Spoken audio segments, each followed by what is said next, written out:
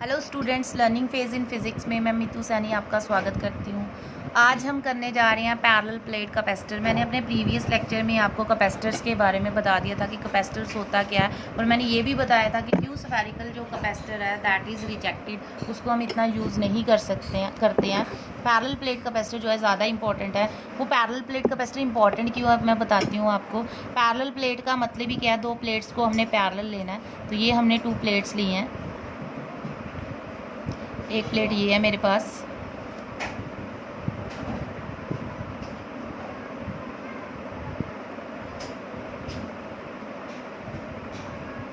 This is a parallel plate. Let कर लो, इसको हमने प्लस क्यू चार्ज दिया है, तो ये पॉजिटिव प्लेट है। ये भी मैं बताऊंगी कि कैसे इसकी जो कैपेसिटी है वो इंक्रीज़ करती है। ये मेरे पास नेगेटिव प्लेट है। दोनों प्लेट्स का जो एरिया वो इक्वल होना चाहिए, that is a, equal area होना चाहिए, और उनके बीच का जो डिस्टेंस है दैट इज़ स्मॉल डी, और ये डिस्टेंस जो है बहुत कम होना चाहिए। ये डिस्टेंस भी कम होना चाहिए, बहुत स्मॉल डिस्टेंस होना चाहिए, very less parallel plate capacitor में, और ये एरिया जो है दोनों का सेम होना चाहिए, और दोनों के ऊपर इक्वल एंड ऑपोजिट चार्ज जो है वो गिवन है। तो this becomes a parallel plate capacitor, क्योंकि दोनों पैरेलल है, दो प्लेट्स हैं, एक पॉजिटिव एक नेगेटिव।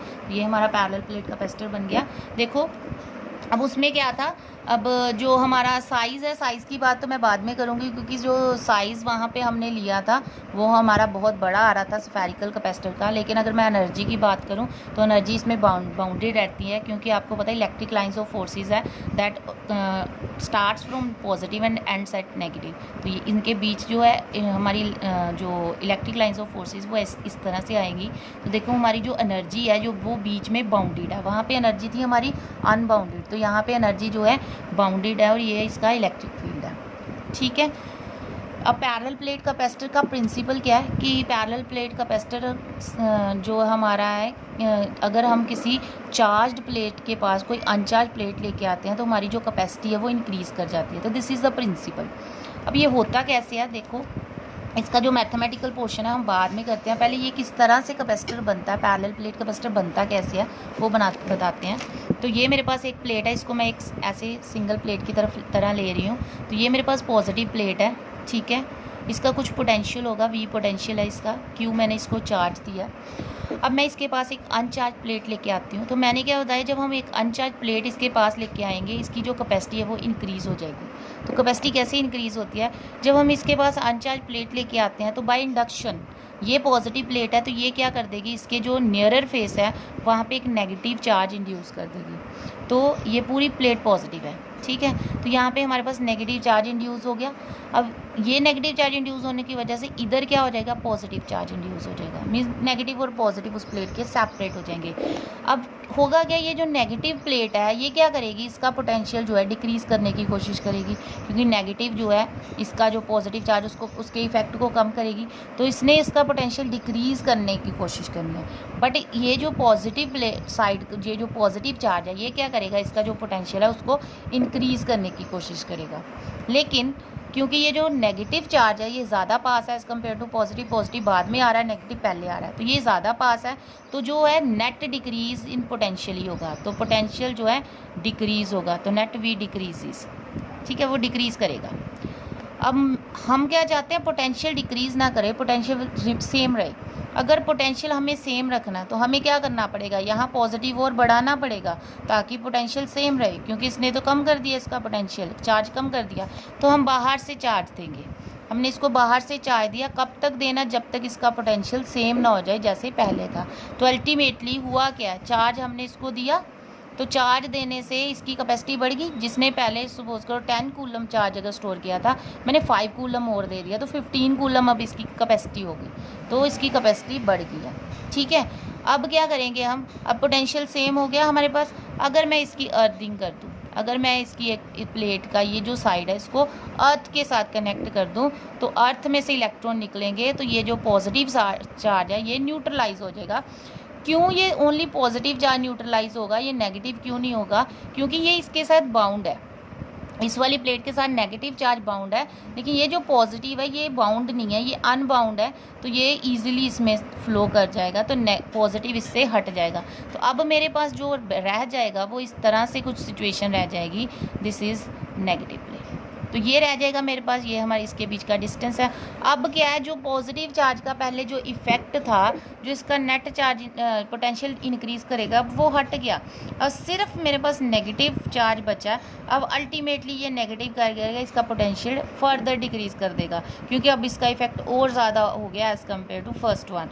तो अब इसका पोटेंशियल फिर से डिक्रीज कर गया, और अब पोटेंशियल डिक्रीज कर जाएगा। फिर मैं चाहती हूँ पोटेंशियल वही रहे जो पहले था, वी पोटेंशियल रहे। अब मैं और चार्ज दूंगी, इसका पॉजिटिव और बढ़ाऊंगी। मैंने और चार्ज दे दिया, 5 कूलम चार्ज और दे दिया, अब 20 कूलम चार्ज की कैपेसिटी होगी।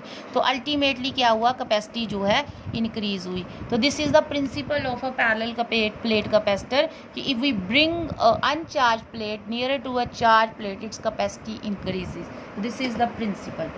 ठीक है, ये प्रिंसिपल हो गया। अब हमने निकालनी है इसकी कैपेसिटेंस। तो क्या इसकी पैरेलल प्लेट कैपेसिटर की क्या कैपेसिटेंस है, हमने वो निकालनी है। तो देखो, आपको पता है कैपेसिटेंस होती है किसके इक्वल, Q अपॉन V के ऊपर। इसका मतलब मुझे चार्ज पता करना है कि इन प्लेट्स के ऊपर कितना चार्ज है, मुझे पोटेंशियल फाइंड आउट करना, मुझे इन प्लेट्स के ऊपर कितना पोटेंशियल है। तो चार्ज तो मैंने बता दिया, इसके ऊपर Q चार्ज है तो मैं Q ही लूँगी। पोटेंशियल निकालना पड़ेगा कि इन दोनों के बीच में कितना पोटेंशियल है।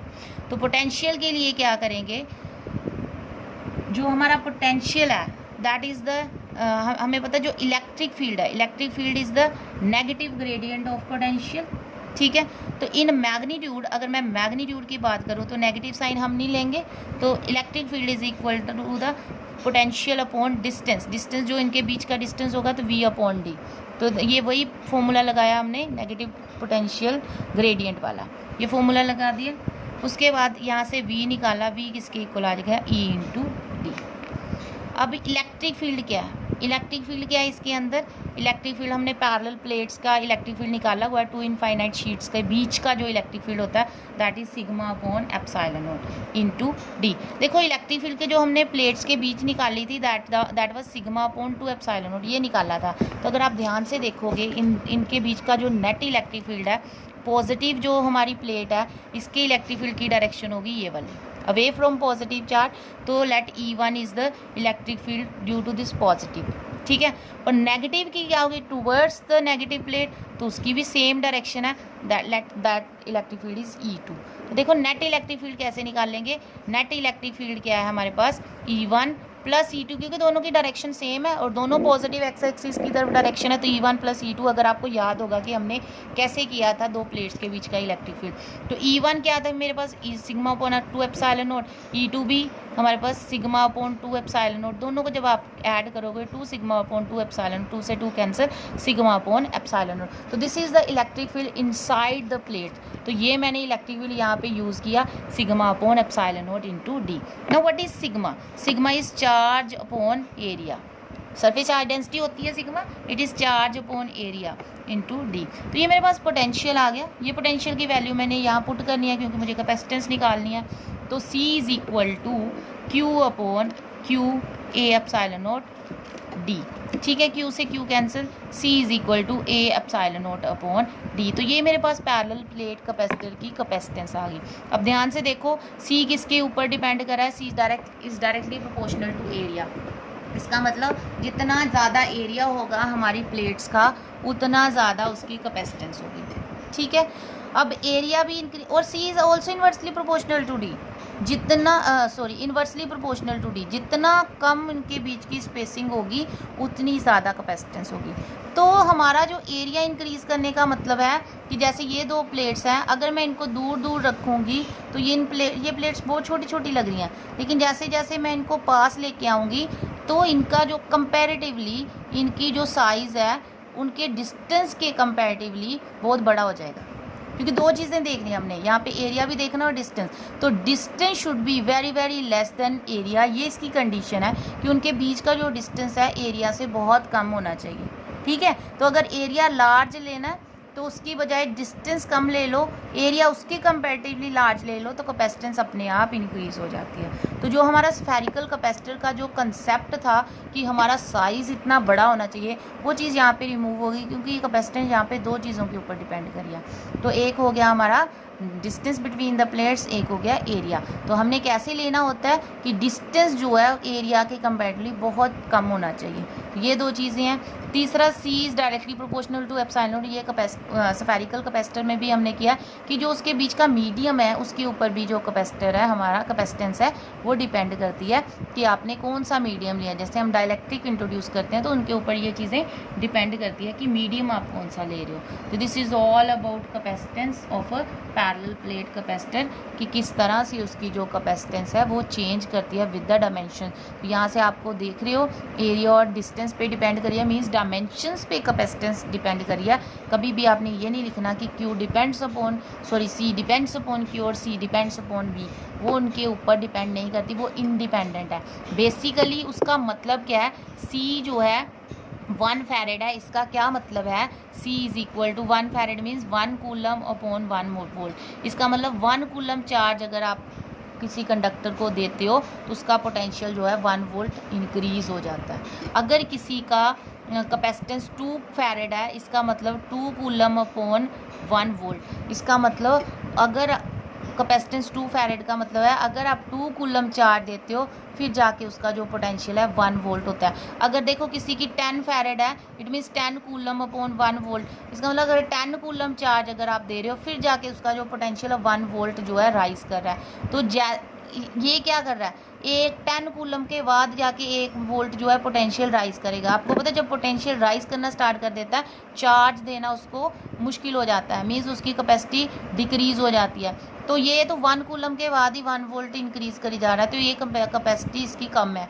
ये कैपेसिटी देखो 10 फैरेड है, मीन्स 10 कूलम चार्ज देने के बाद जाके 1 वोल्ट जो है इसकी कैपेसिटी जो है इंक्रीज करी है। तो this is the meaning of charge upon voltage. ये इसके ऊपर डिपेंड नहीं करती है, ये तो फिक्स होगी। अगर कोई कैपेसिटर 10 फैरेड का कैपेसिटर बन गया तो वो 10 फैरेड का ही रहेगा। बस उसका मतलब क्या है कि 10 कूलम चार्ज के बाद जाके 1 वोल्ट जो है पोटेंशियल उसका राइज कर रहा है। This is the meaning. अगर कैपेसिटेंस चेंज करनी है तो ये चीज़ें चेंज करनी पड़ेगी, डायमेंशंस और उनके बीच का मीडियम। स्टूडेंट्स, अगर आपको ये कंसेप्ट समझ में आ गया, अगर आपको क्लियर हो गया है कि what is the capacitance of a parallel plate capacitor, spherical capacitor हम क्यों नहीं यूज़ करते हैं, तो वीडियो को प्लीज़ लाइक जरूर करें और शेयर ज़रूर करें। Thank you.